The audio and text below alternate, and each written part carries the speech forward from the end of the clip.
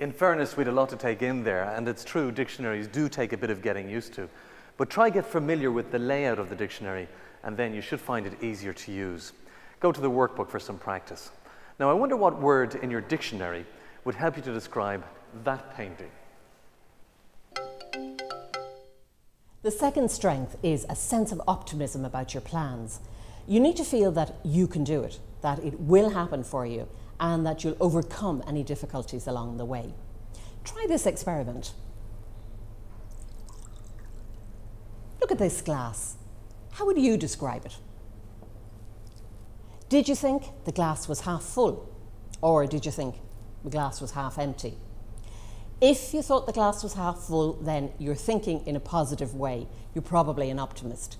An optimist is somebody who has a sense of hope and confidence about the future, who believes that they will be successful.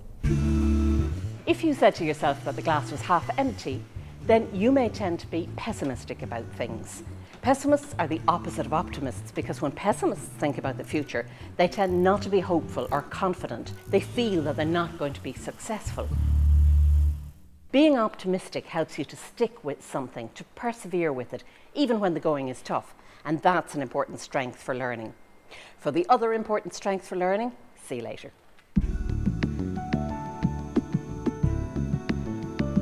Once you've made progress with the basic skills like reading and writing, you may discover you have more creative skills that you want to explore.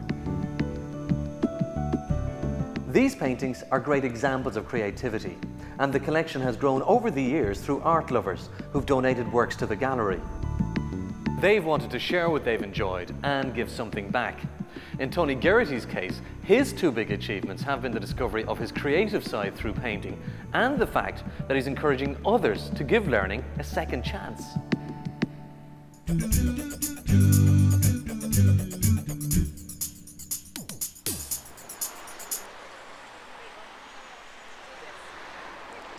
Well, I was 3 years up in Dalk. It's known as the Dublin Adult Learning Centre on Mountjoy Square. And the 3 years that I was there, I learned a great deal. And because of that, I would like to learn other fellas in the neighbourhood where I'm at the learning. But when an opportunity came up, there was tutors sent down here to the Labour Exchange to recruit some men, but it wasn't a success. So we volunteered to come down. What have been sent over here from the Hatch? Yeah, my name is Tony. Nice to meet you, Tony. Yeah, how are you? I'm John. I went from the Dublin Adult Learning Centre. It's called Dalk. It's up on Mountjoy Square, number 3 Mountjoy Square. And I'm a pupil up there learning how to read and write. I think now it'd be like a vocation that I'm taking on to help other people. It'd be going out of my way to help them, whether it's morning, noon, and I'd just be there for them. It's a great place up there, and you will learn if you give yourself time to learn. You won't learn overnight, but you will learn. It takes a little bit of time to learn. Yeah, I understand. Is there anything, John, that you'd like to ask me about the classes? Because it's all laid out here for you. Do you have to pay for it?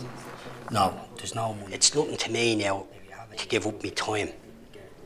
Where previous to learning how to read and write, my time was always somewhere else or doing something somewhere else. And hadn't got much patience for people, but today I have a lot of patience for them. And I have a lot of more understanding through my education. How are you fixed about computers and things like that? I'd like to learn how to use computers. Yeah. It's only through books that I've read and reading problems in books, self-help books, whatever, and other type of books that you begin to realise that there's a bigger world out there and there's a bigger problem than what people think there is. And it's true that I would like to volunteer to help people and to be there for them, for those who can't read nor write. I went from reading and writing to spellings, and from spellings then I went into computers, and then the art came along. If I don't think I would ever come here, I wouldn't have never took up art. Because after learning how to read and write, gives you that confidence to express yourself a bit better. It makes you get up then to do things that you want to do, get on with your life, you want to improve your life. Instead of going to the television, you go to a book and you start reading, and one complements the other. So between the reading and the painting, It's, you look forward and doing things, or look forward to coming in the morning, getting up in the morning. It's in the books. You're never too old to learn. It's imitative how old you are. Because those who even can read and write, they are learning every day. I'm in it for the long haul. I'm hoping to say to my daughter one day when she puts me down in the coffin to put some sort of a dictionary in with me. So, I'm in it for the long haul.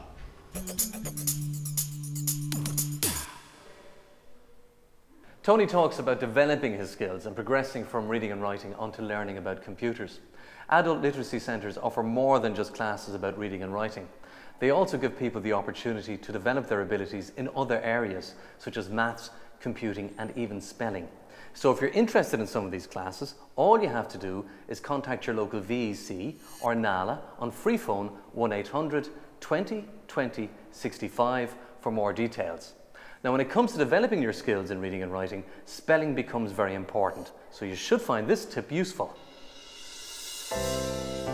Rhyming words are a good way of developing your spelling skills. A rhyme means that the end of two words sound the same. Lots of words in English rhyme, and it's a good idea to be aware of these rhyming patterns. Chances are that if words rhyme, they'll be spelt in the same way.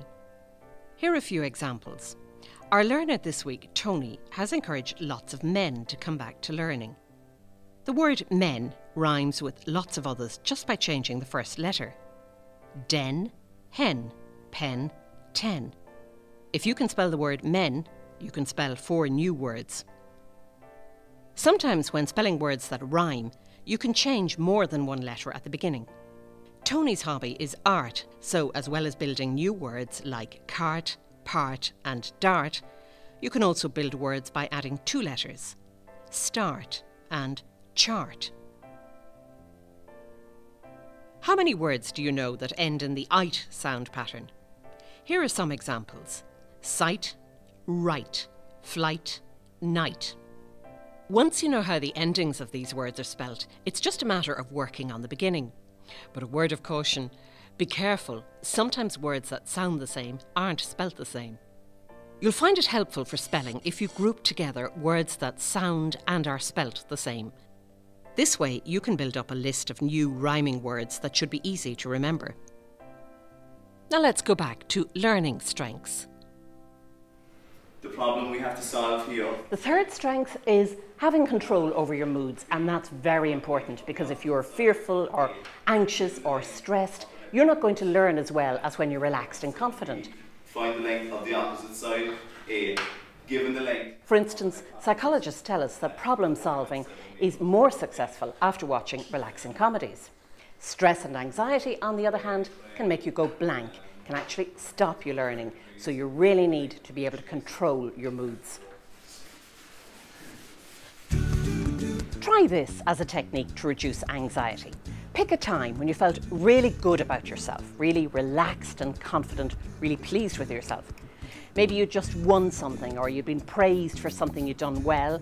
Maybe you'd learned to use email. Go back in time, really relax into that good memory, feel those emotions. Now, if you can do that, you will be helping yourself to learn successfully. Today we talked about building up your own collection of learning and adding to it bit by bit each day. One of the things we looked at was writing names and addresses. Writing addresses is an important skill. For example, when you need to post a letter to someone, it's important to write their name and address correctly in the centre of the envelope. If you want to learn more about this, have a look at Chapter 2 in the workbook.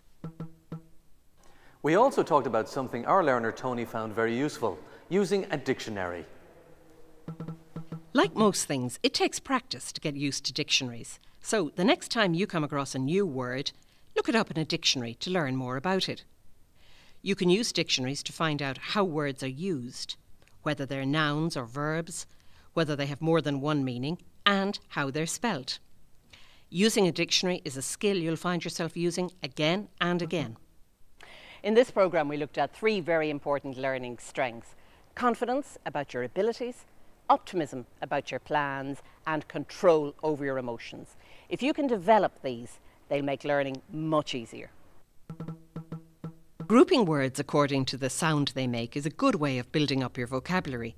But be careful when you're doing this, because not all words that sound the same are spelt the same. Chapter 2 in the workbook will help you learn more about rhyming words. Tony faced a lot of challenges that began when he was a young boy, but he's worked through them, and now he has a new mission. I'm doing this here today, hoping that I can help someone else out. And through where I'm at going through, I don't want anybody else to go through it. And get this thing once and for all. It's in the books. You're never too old to learn. Don't forget, you can practice everything we've covered in today's programme and more if you get yourself a copy of the free Read Write Now workbook. It's all there in Chapter 2. Just call 1800 20 20 65 and the lines are open now. Next week, we'll be meeting a learner from Offaly who's tackling the Leaving Cert. Terry will be looking at motivation, and we'll be giving you tips on writing letters, how to use paragraphs, and combining sounds to make new sounds. So until then, goodbye.